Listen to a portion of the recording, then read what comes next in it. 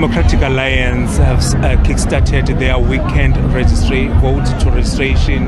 Basically, they're making sure that all the young citizens of the province of KwaZulu-Natal, as well in the country, to make sure that they go and vote for the Democratic Alliance. But I'll speak to the chairperson of the party in the province, Dan McPherson, who will briefly tell us about the DA's mission this weekend. The rally, we understand that you kick-starting the voter registration weekend. Why? Well, you can't vote unless you're registered to vote. So we want to get as many of the 14 million unregistered voters registered to vote. And we know that the youth market is a very untapped market that politicians aren't speaking to. So we've decided to have something called Rock the Registration. It's a rock concert, so my voice is a bit hoarse. And we've got thousands of people, 4,000 or 5,000 people here from across the province that have joined us to come and enjoy entertainment, enjoy our leader John Steenhuisen and his message, our Premier candidate Chris Pappas' message, and also to register to vote as well, and also then to take that message out into their communities, that we need to make sure that every single person is registered to vote so that we can ultimately bring a new coalition government in KwaZulu-Natal in 2024. John mentioned that the province of KwaZulu-Natal, the DA want to make sure that they remove the ANC from the province of KwaZulu-Natal, especially in the part of the premiership as well as other positions. Is that possible?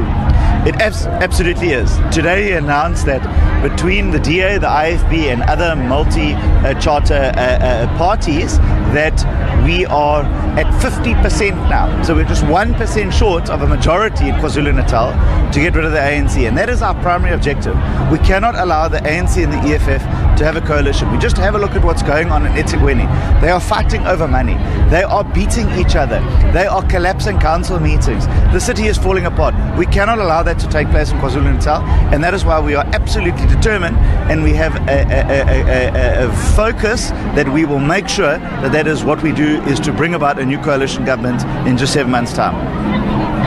Is it possible for this coalitional government basically to make sure that everything is clean, especially when it comes to audits as well as service delivery in the province of KwaZulu-Natal? We understand that the residents, they're always complaining, they are marching, even the teachers, they are marching against the department, complaining about the issues that are happening in the province of KwaZulu-Natal. Look, it's not going to be easy, but on day one, when we come into government, we're going to put eThekwini under administration. That's going to be the first order of business. We cannot allow this municipality, which is the biggest one in the province, to ruin people's lives like it is at the moment. And then we're going to have to set about cleaning out the corruption. We're going to have to deal with people that don't want to get on board. So it's not going to be easy, but we are determined that our focus is going to be service delivery and not corruption. And that's what sets us apart between us and other political parties, is that we want to put people first and not politicians. How is the DA aiming to grow its footprint in the province of KwaZulu-Natal? Because we understand the DA is around 21%. How is it going to make sure that more voters vote for the Democratic Alliance? Well, remember in the last election we were 13%. Today we're at 21%. We're 8% up. The DA is growing. We have been growing every single day since the last election, and we're going to continue to do that, because 21% is not enough.